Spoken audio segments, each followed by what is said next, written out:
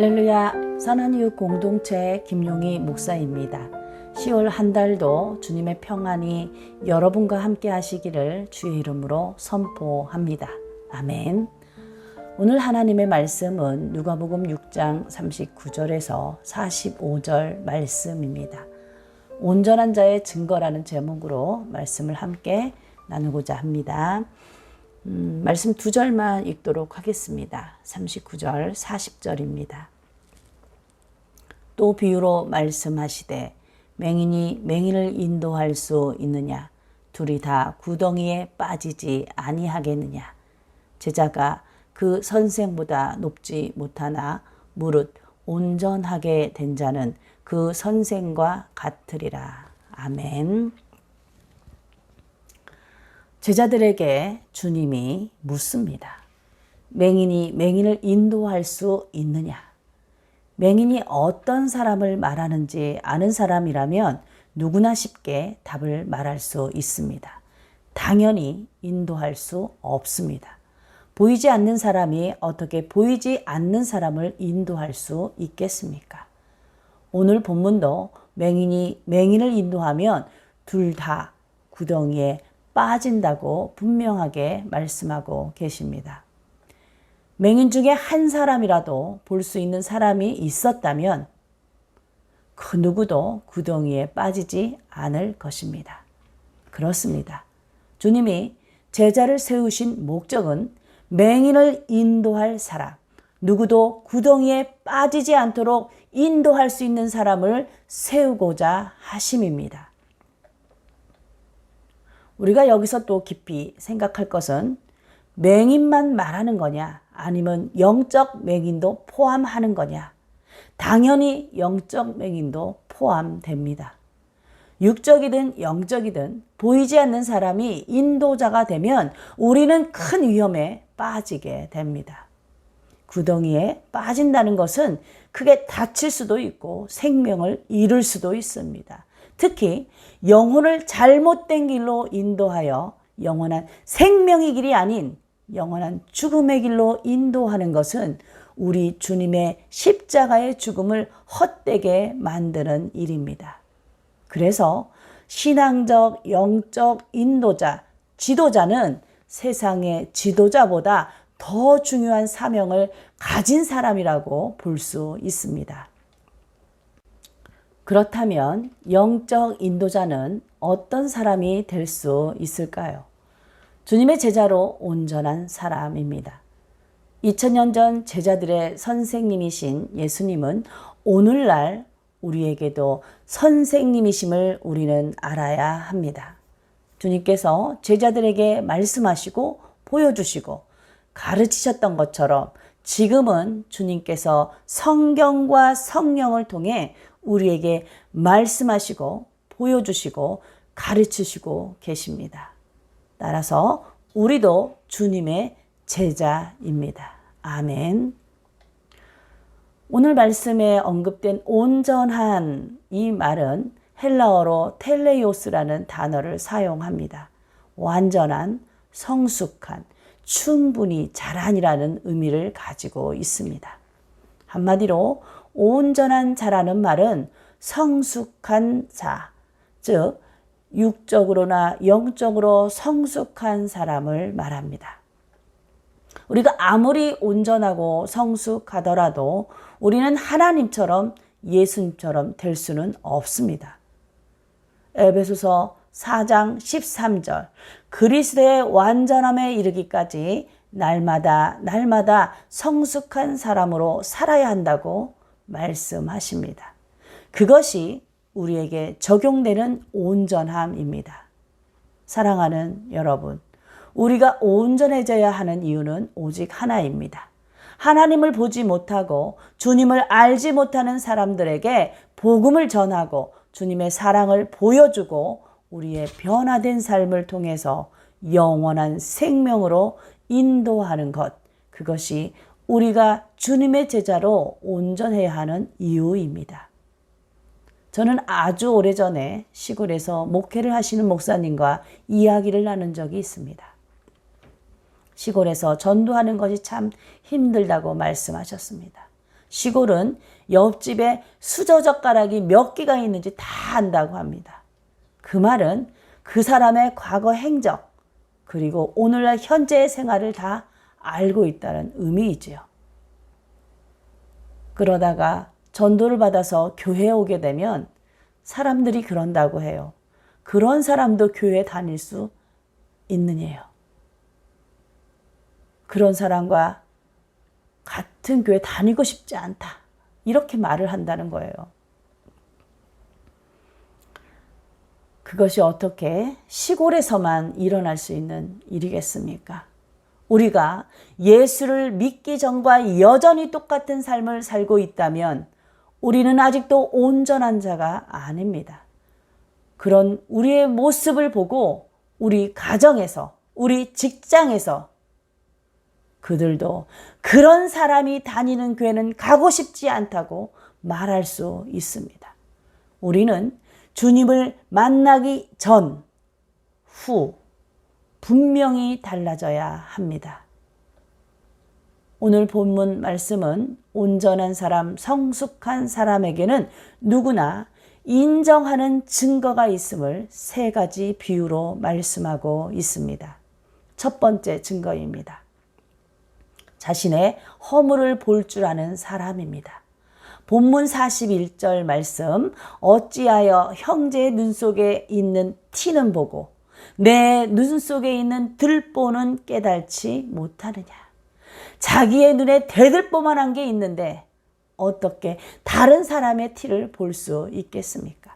설령 본다 한들 누가 그런 사람의 말에 귀를 기울이기나 하겠습니까?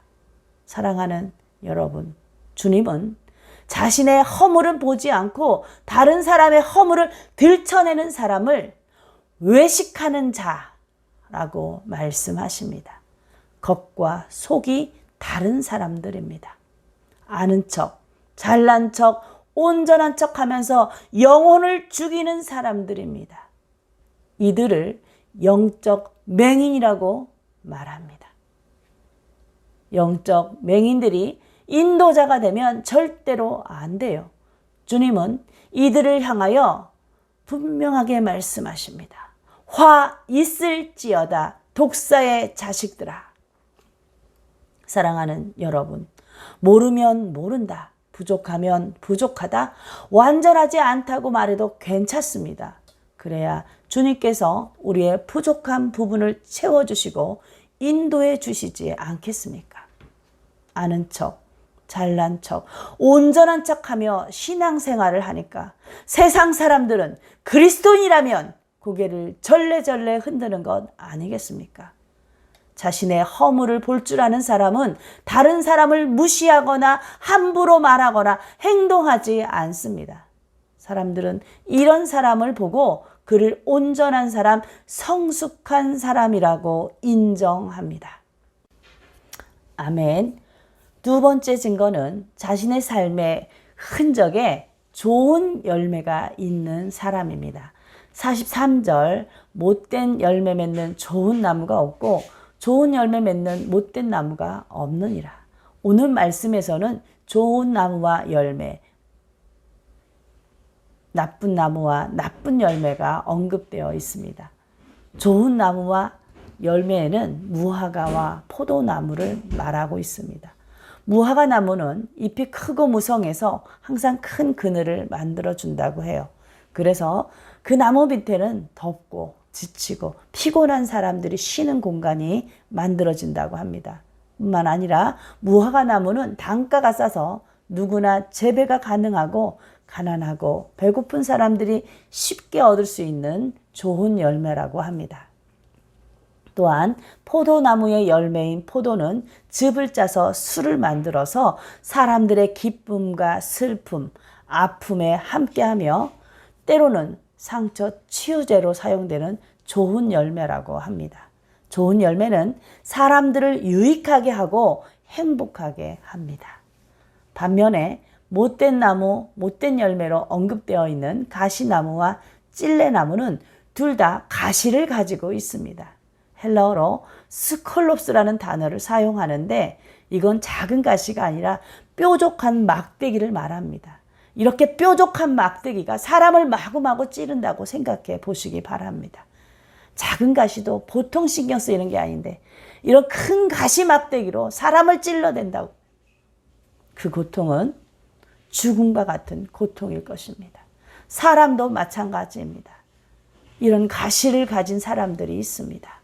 온전한 사람, 성숙한 사람에게 이런 가시가 있으면 안 됩니다. 사랑하는 여러분, 온전한 사람, 성숙한 사람은 사람들을 유익하게 하고 사람들의 기쁨과 슬픔과 아픔을 함께 나눌 줄 아는 사람입니다. 이것이 온전한 사람, 성숙한 사람들의 좋은 열매입니다. 사람들은 그런 좋은 열매를 보고 온전한 사람, 성숙한 사람이라고 인정하게 됩니다. 마지막 증거로 주님의 선한 마음을 가진 선한 사람입니다. 온전한 사람, 성숙한 사람에게는 선한 마음이 매우 중요합니다. 45절 말씀을 보니 선한 사람은 마음에 쌓은 선에서 선을 내고 악한 사람은 마음에 쌓은 악에서 악을 낸다고 합니다.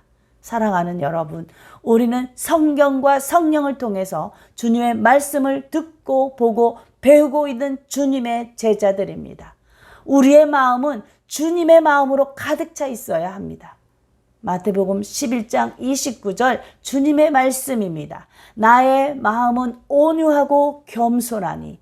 주님의 마음으로 가득 찬다는 말은 그 마음 안에 온유와 겸손함이 가득하다는 말입니다. 명나라 말기 홍자성의 어록 최근담 명언집에 착한 사람과 악한 사람의 차이가 있다고 합니다. 착한 사람은 화기애애 할 때 쓰는 말입니다. 화기가 있답니다. 악한 사람은 살기가 있다고 합니다. 심지어 악한 사람은 잘 때도 그 공포감이 느껴진다고 합니다. 사랑하는 여러분, 온유하고 겸손한 마음에서 살기는 나올 수 없어요. 45절 후반 중요한 말씀이 나옵니다. 말이라는 것이 마음에서 나온대요. 선한 마음에서는 선한 말이, 악한 마음에서는 악한 말이 나온다는 것이죠. 에베소서 4장 29절 선한 마음에서 나오는 말은 오직 덕을 세우고 사람들에게 은혜를 주는 말이라고 말씀하십니다. 우리 마음에 온유와 겸손함이 가득 차 있다면 우리 입에서 나오는 말은 오직 가정과 교회와 사회에 덕을 세우는 말, 은혜를 주는 말을 자연스럽게 하게 됩니다. 그것이 당연하게 된다는 사실입니다. 사람들은 이런 사람을 보고 온전한 사람, 성숙한 사람이라고 인정합니다. 이제 저는 말씀을 정리하고 마치도록 하겠습니다. 2000년 전 제자들을 가르치신 주님께서 오늘날 성경과 성령을 통해서 우리에게 말씀하시고 보여주시고 가르치고 계십니다. 우리 또한 주님의 제자입니다. 우리에게도 제자의 사명이 있습니다. 온전한 사람, 성숙한 사람이 돼서 영적으로 보지 못하고 알지 못해서 영원한 죽음의 길을 가는 사람들을 주님이 계신 생명의 길로 인도하는 것이 우리의 사명입니다. 사람들은 아무나 믿지 않습니다. 직접 눈으로 보고 확인하고 그때서야 믿고 따라옵니다.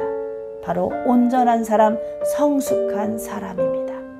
사랑하는 여러분, 예수님을 믿기 전과 후가 반드시 달라야 합니다. 우리는 변화된 삶을 살아야 합니다. 여러분에게 묻겠습니다.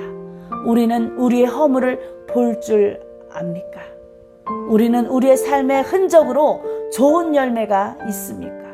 우리는 주님의 선한 마음을 가진 선한 사람입니까? 기도하겠습니다.